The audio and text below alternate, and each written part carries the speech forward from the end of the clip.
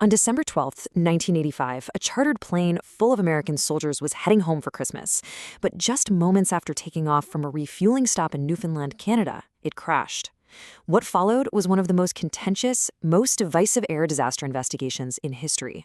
We're talking about a battle over the truth that would literally tear Canada's top safety board apart and leave a legacy of doubt that, honestly, persists to this day.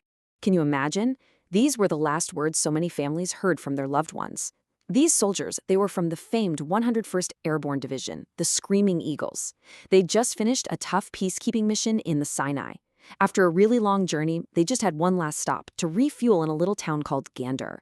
They were so close to being home, calling their families, full of joy, with absolutely no idea that they were just minutes away from a catastrophe.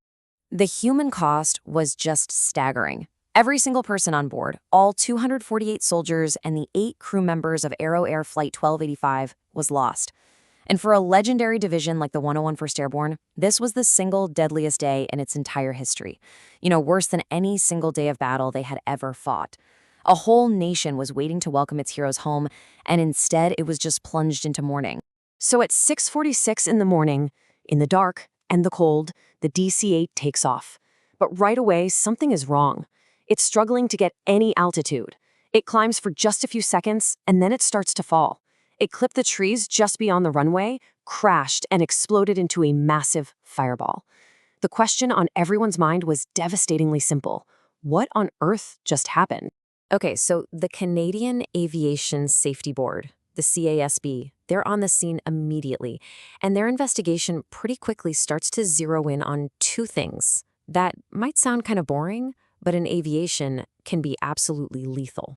The first clues started to come in from the flight data recorder and from people who saw it happen. The plane used way more runway than it should have, over 1,000 feet more. And then, once it was in the air, its speed just vanished. The data, what little there was, confirmed the plane was in something called an aerodynamic stall. And, this is crucial, the weather reports showed that Gander was getting freezing rain, the perfect conditions for ice to build. So, what is an aerodynamic stall? It's not when the engines just quit. It's when the air stops flowing smoothly over the wings, and they literally stop producing lift. The plane essentially just falls out of the sky. Now, this can happen if a plane is flying too slow, or if its nose is pointed up too high, which is exactly what the data was suggesting happened to Flight 1285. Then, the investigators found something big. The official load sheet, the paperwork for the plane's weight, was calculated using a standard passenger weight of 170 pounds. But these weren't your average passengers. These were fit, strong soldiers carrying heavy equipment. So the investigators redid the math. This time they used actual medical records and factored in all the gear. Turns out, each soldier averaged closer to 220 pounds. Do the math. The plane was over 12,000 pounds heavier than the crew thought it was. So for the majority of the board, this painted a pretty clear picture. First, the crew had no idea how heavy the plane truly was, so they were already working with razor-thin margins. Then, while the plane sat on the ground in Gander, a thin layer of ice formed on the wings, messing up the airflow. You see where this is going? The excess weight demanded more lift, but the ice was reducing the amount of lift the wings could make. It was a fatal combination. The plane stalled right after takeoff, way too low to have any chance of recovery. And this was actually a huge discovery at the time. Before the Gander crash, a lot of pilots thought only thick, heavy ice was a real danger. But the wind tunnel tests proved that was dead wrong. They showed that a barely noticeable layer of ice, like the texture of sandpaper, could cut a wing's lift by over 25%. And the simulator tests, just as grim. Every single time they tried to replicate the flight under those conditions, it ended in a crash. But just when this theory seemed to be locking into place, the whole investigation took a wild, unprecedented turn. 4 of the 9 board members flat out refused to sign the final report. Why? Because they believed the evidence didn't point to an accident at all. They thought it was a deliberate act of sabotage. These dissenting investigators pointed to stuff that the icing theory just couldn't explain. For instance, 2 truckers on a nearby highway swore they saw the plane on fire before it hit the trees. Some pieces of the wreckage looked like they'd been bent outwards, as if from an explosion inside the plane.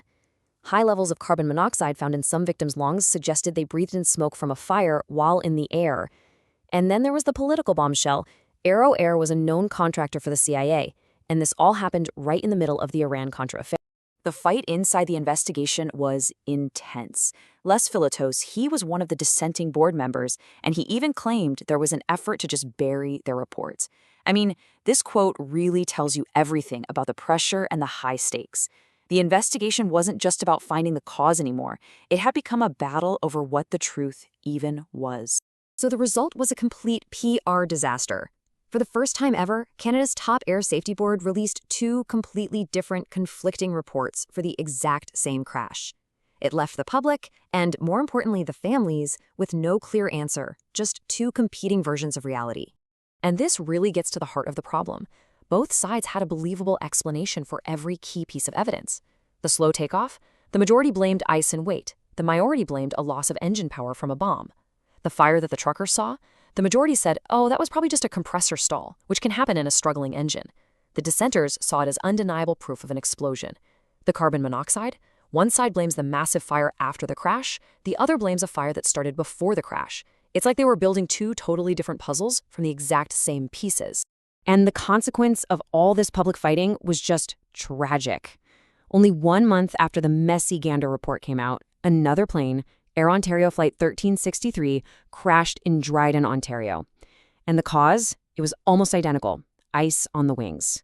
That urgent safety lesson from Gander, that even a tiny bit of ice is deadly.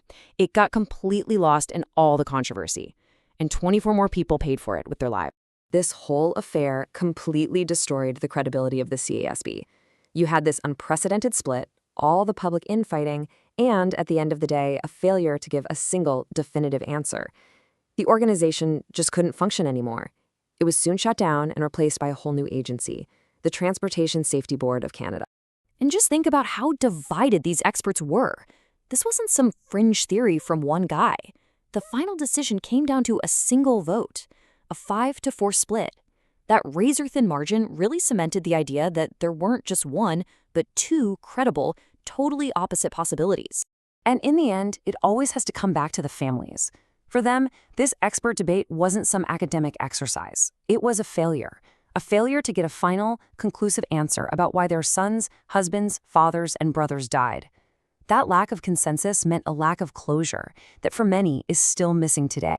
The Gander crash really leaves us with a tough, unsettling question.